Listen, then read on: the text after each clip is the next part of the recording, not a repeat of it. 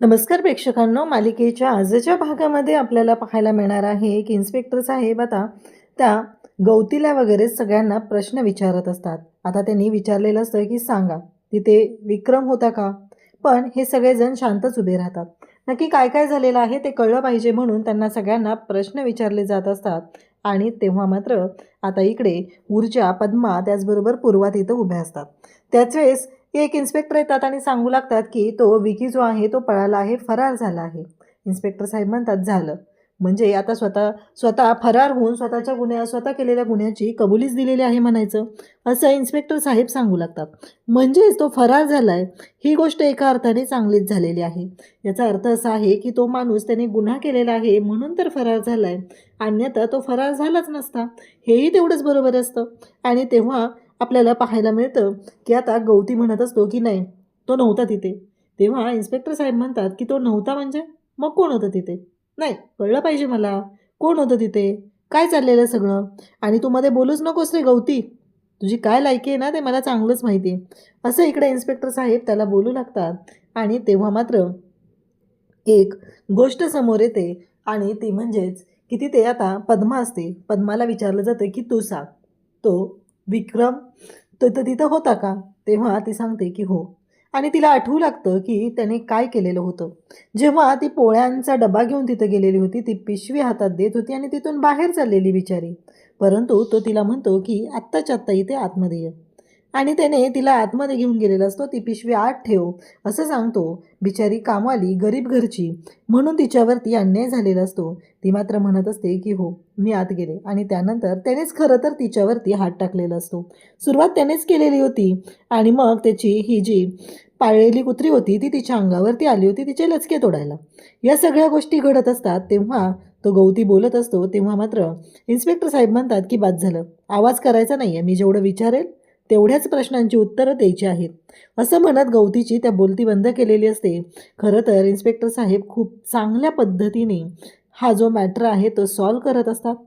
आणि इकडे पूर्वालासुद्धा त्याचबरोबर ऊर्जालासुद्धा बरं वाटत असतं की आज कोणीतरी या गरीब जनतेसाठी न्याय मिळवून द्यायला उभं राहतंय, ही गोष्ट दिसत असते. आज वर्दीतला माणूससुद्धा त्यांना दिसत असतो, जो देव माणूस आहे. परंतु अचानक हर्षवर्धन जहागीरदार यांची तिथे एंट्री होते आणि ते म्हणू लागतात की माझ्या माझ्या अशिलांच्या बाबतीत हे सगळं काय केलेलं आहे. कारण काहीही झालं तरीही माझ्या अशिलांच्या बाबतीत कोणी हिंमत केलेली आहे. आणि FIR दाखल व्हायच्या आधी तुम्ही काय ते आता नाही करत आहात.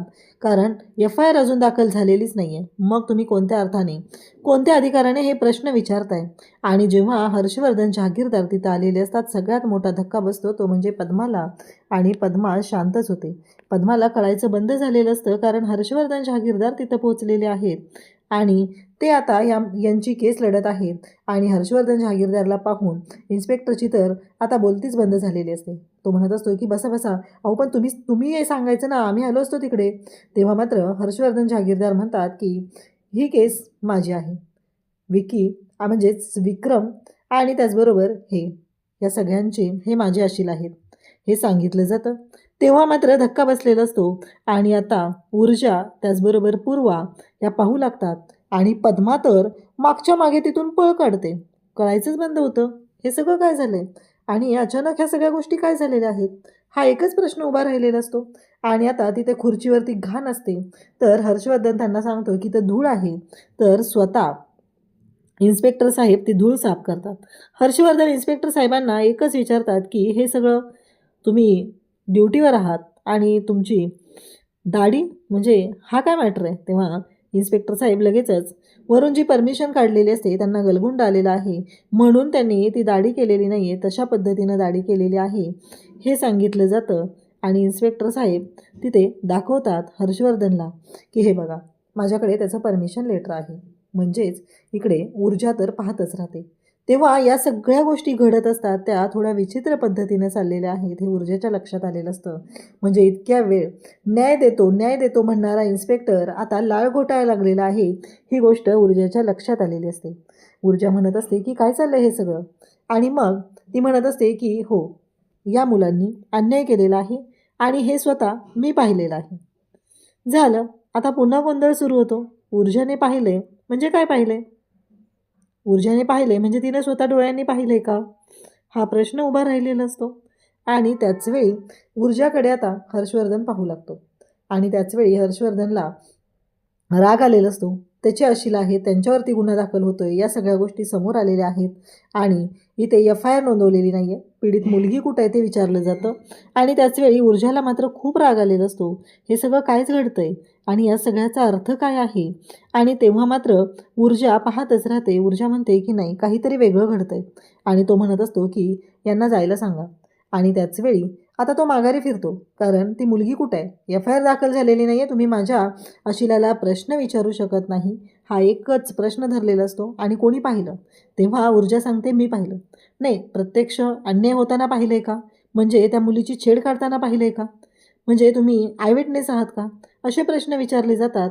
तेव्हा मात्र ऊर्जा सांगते की नाही. मग तुम्हाला माहिती आहे ना? तेव्हा ती सांगते की मी त्या पीडित मुलीची लॉयर. आणि मग तिथे पूर्वाला पाहिल्यानंतर तर हर्षवर्धन पाहतच राहतो. तो म्हणतो, पूर्वा? अगं पूर्वा, तू इथे? म्हणजे मला सांग, अन्याय तुझ्या मुलीवर झाला आहे का? या मुलांनी तुझ्या मुलीला त्रास दिला आहे का? तेव्हा पूर्वा शांतच झालेली असते. तिला कळायचंच बंद झालेलं असतं. तिला कळतच नसतं की हे सगळं काय घडतंय.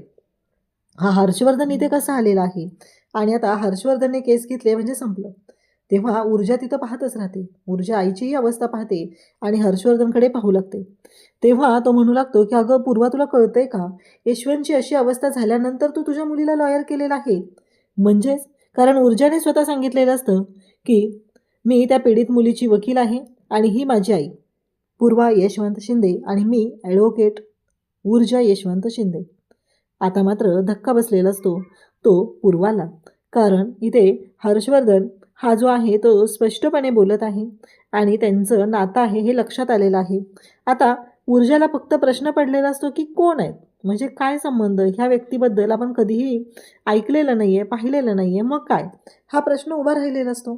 तेव्हा हर्षवर्धन म्हणत असतो की तुला कळतंय का ऊर्जा? अगं एवढं सगळं करायची गरज काय होती? अगं पण तुला माहिती आहे का या सगळ्या गोष्टी? कारण स्पष्टपणे तिथं उत्तर दिलेलं असतं ते म्हणजे ऊर्जाने, कारण मी ज्युनियर आहे, मी माझ्याकडे अनुभव नसेल, पण मी वकिलीची सनद घेताना मीही तिथं शपथ घेतलेली आहे की नेहमी न्यायासाठी, सत्यासाठी लढेल आणि सत्यासाठीच हे सगळं करेल. आता मात्र तिच्यातली जी एनर्जी बघून इकडे हर्षवर्धन इम्प्रेस झालेला असतो आणि तो म्हणत असतो की तुझ्या मुलीमध्ये स्पार्क आहे, तर तिला माझ्याकडे पाठव प्रॅक्टिससाठी, कारण यशवंतसारखं नाही तर मी तिला चांगली पैसेवाली वकील बनवेल, कारण तिच्याकडे ते टॅलेंट आहे. असं इकडे यश बोललेला असतो तो हर्षवर्धन. तेव्हा मात्र पूर्वा पाहतच राहते आणि त्याचबरोबर ऊर्जा पाहते, कारण यशवंतच्या बाबतीत जे बोललं जाते म्हणजे तिच्या बाबांच्या बाबतीत जे बोललं जाते तेव्हा ऊर्जाला कळलेलं असतं. तो म्हणालेला असतो की अगं तुझी आई आणि वडील हे दोघं माझे चांगले खूप मित्र, आम्ही चांगले मित्र आहोत आणि आत्ताही आहे आणि आता तर सोयरीक होऊ शकते आपल्यामध्ये, असं ते बोलणं चालू असतं. तेव्हा मात्र पूर्वाला धक्का बसलेला असतो. आई तर काहीच बोलत नाही आहे आणि हे सगळं काय घडतंय आणि या सगळ्याचा अर्थ काय आहे, हा एकच प्रश्न तिच्या समोर असतो. ती मात्र विचार करत असते, हे सगळं कशामुळं घडतंय आणि या सगळ्याचा अर्थ काय आहे, एवढाच विचार तिच्या डोक्यात सुरू असतो. आणि तेव्हा मात्र इकडे आपल्याला पाहायला मिळतं ते म्हणजे हे सगळं जे काही घडत आहे तेव्हा आता धक्का बसलेला असतो तो म्हणजे पूर्वाला एवढा मोठा धक्का बसलेला असतो की तिला कळतच नाही आहे की मी काय करते आणि काय नाही करत आहे, हेच तिच्या लक्षात आलेलं नसतं. तेव्हा मात्र तिथे ऊर्जा पाहत असते. ऊर्जाला धक्का बसलेला असतो की म्हणजे जेव्हापासून हे हर्षवर्धन जहागीरदार आलेले आहेत तेव्हापासून आईची अवस्था वेगळीच काहीतरी आहे आणि त्याने स्पष्टपणे पूर्वाला सांगितले की तिला माझ्याकडे पाठवून दे, माझ्या फर्ममध्ये पाठवून दे.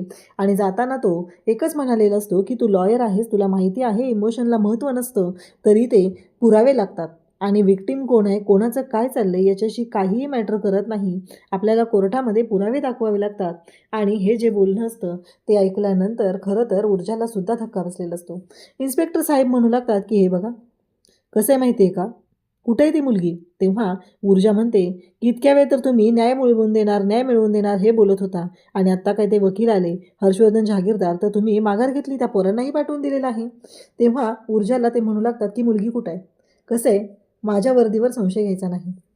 ती म्हणत असते की म्हणजे तुम्ही पण आता पैसे खाणारे आहात म्हणूनच तुम्ही न्याय मिळवून देत नाही आहे, गरिबाने कोणाकडे जायचं?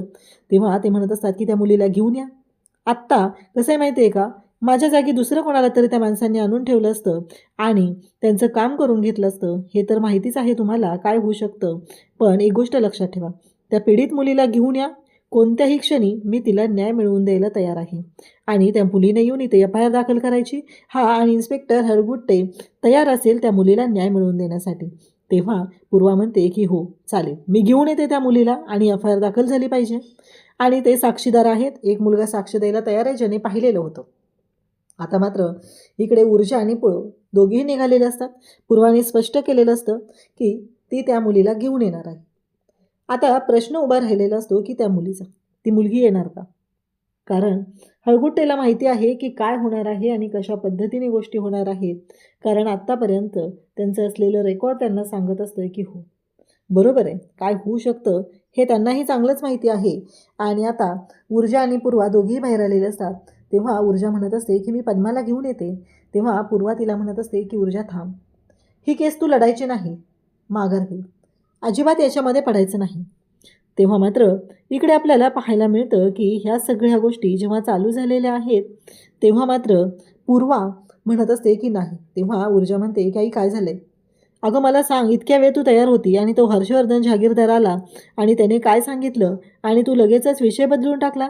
तुला कळतंय का? अगं आपण पद्माला न्याय मिळवून द्यायचा आहे आणि असं काय झालेलं आहे. तेव्हा ती म्हणते की तू घरी जा, मी पद्माकडे जाणार आहे, मी पद्माला घेऊन येणार आहे आणि ही केस स्टँड होणार आहे. मी पद्माला न्याय मिळवून देणार आहे. मला कळलं पाहिजे पद्मा पण का निघून गेली, अचानक काय झालं, म्हणून पद्मा निघून गेलेली आहे. जोपर्यंत ही गोष्ट मला कळत नाही तोपर्यंत मी शांत राहणार नाही. इकडे पद्मा घरी आलेली असते आणि ती तिच्या भावाला म्हणत असते चल आपण गावी जायचं आहे, आपण इथे राहायचं नाही आहे. पद्माची अवस्था पाहून आधीच तो हादरलेला असतो आणि आता आल्यानंतर ह्या सर्व गोष्टी.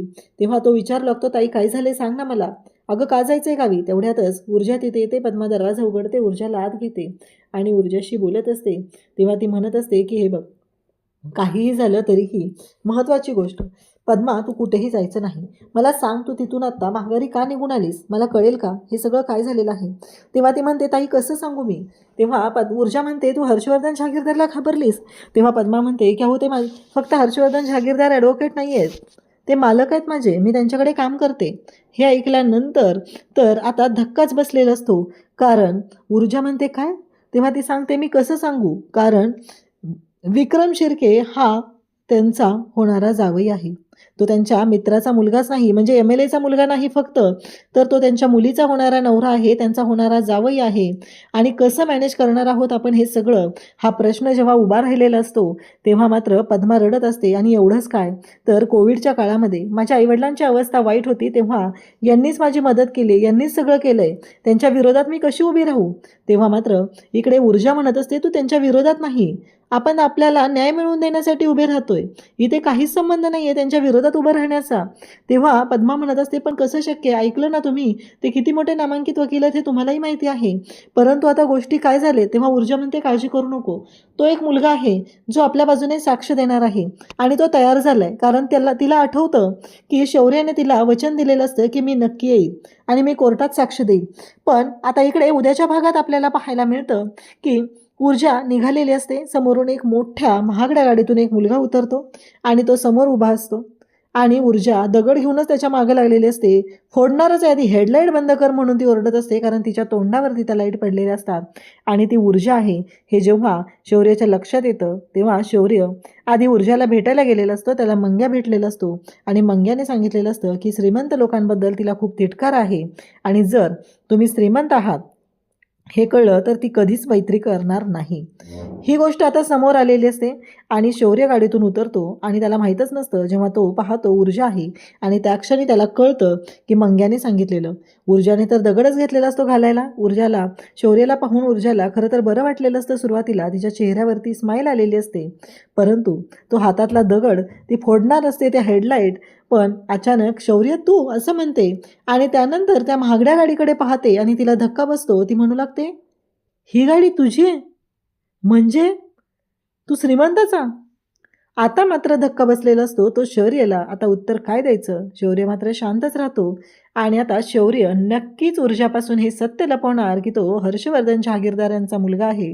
कारण शौर्याने सुद्धा हसत हसत उत्तर दिलेलं आहे. नक्की या सगळ्याचं काय होणार आहे, गोष्टी कशा पद्धतीने सोडवल्या जाणार आहेत, ते आपल्याला पुढे पाहायला मिळणार आहे.